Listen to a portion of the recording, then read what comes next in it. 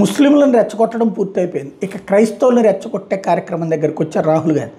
భారతదేశ చరిత్రలో ఇంత నీచమైనటువంటి విధానాన్ని అవలంబించేటటువంటి నాయకుడు మరి ఎవరు ఉండరు అనుకుంటా.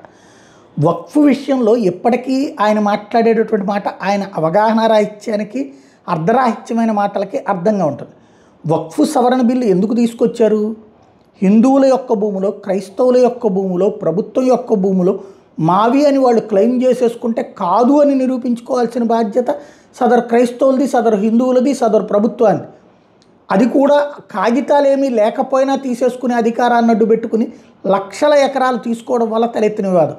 అంటే ఇంతమంది నష్టపోయినా సరే పర్వాలేదు, ఆ చట్టం అట్లాగే ఉండాలి, మేము మా పార్టీ అధికారంలో ఉన్నప్పుడు అట్లాంటి దుర్మార్గమైనటువంటి హక్కులు ఇచ్చాం కాబట్టి అదే కొనసాగాలన్నటువంటి ఒక నీచమైనటువంటి, అతి దారుణమైనటువంటి, అతి అసహ్యకరమైనటువంటి ఆలోచన నెంబర్ 1.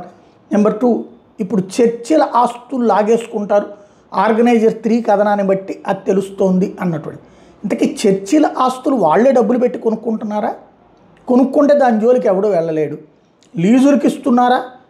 ఏ లీజులు రాష్ట్ర ప్రభుత్వాల చేతుల్లో ఉంటే వాళ్ళ లెక్కనే ఉంటుంది. లీజులు లేకపోతే కనుక ఆటోమేటిక్గా ఎవరిదైనా సరే తీసుకుంటారు. బట్ ఇక్కడ చర్చిల ఆస్తులు లాగేసుకుంటున్నారు. చర్చిల ఆస్తుల్ని ఇక్కడ వక్ఫ్ బోర్డు లాగేసుకుందే, దాని మీద మాట్లాడలేదే. ఏదో ఒక విధంగా ఒక అల్లకల్లోలం సృష్టించాలి, మైనార్టీలో ఒక అభద్రత సృష్టించాలి.